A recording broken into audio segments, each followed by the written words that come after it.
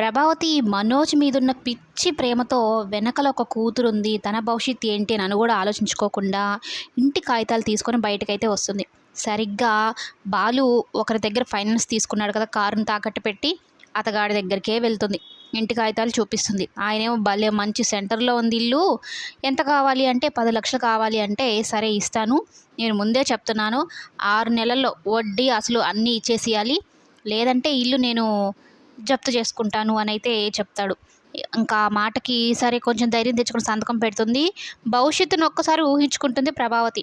సత్యానికి తెలిసి ఇలాంటి పనులు చేస్తావా, వాడి మీద ఉన్న పిచ్చి ప్రేమతో కూతురు గురించి కూడా ఆలోచించకుండా ఇండ్లను తాకట్టు పెడతావా, వాడు 40 లక్షలు కాజేశాడు, నువ్వు 10 లక్షలు కాజేసావా అంటూ, నువ్వు అసలు ఇంట్లో ఉండడానికే వీలు లేదు అంటూ బయటికి నెట్టేస్తూ ఉంటాడనమాట.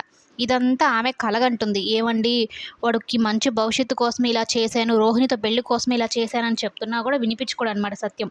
ఇదంతా కలగంటుంది పగలే. అయితే ఫైనాన్స్ అయినా ముందుగానే చెప్తాడు, మీకు సమ్మతం అంటేనే తీసుకోండి, లేదంటే లేదు అని. దానికి ముందే ఇంకొక విషయం జరుగుతూ ఉంటుందన్నమాట. డబ్బులు కట్టకుండా ఒక ఆమె ఉందని ఆమెని మెడలో తాళిబొట్టుతో సహా వలిచిస్తూ ఉంటాడు ఈ ఫైనాన్స్. అది చూసి కూడా ప్రభావతి ఎంత ధైర్యంగా సంతకం పెట్టేస్తుందంటే.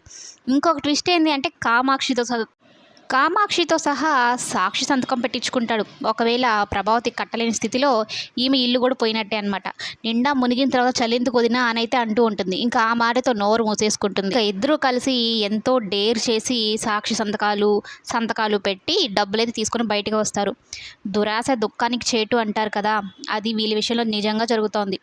రోహిణి ఏదో కోటీశ్వరురాలు అని దురాశతో ఈ 10 లక్షలకి ఆమెను నమ్మి ఇల్లుని తాకట్టు పెట్టారు. బ్యూటీ పార్లర్ పెడితే లక్షలు వస్తాయని అందులోనే ఆయన చెప్పడము, వీళ్ళు ఉబ్బిపోవడం అంతా జరిగిపోయింది.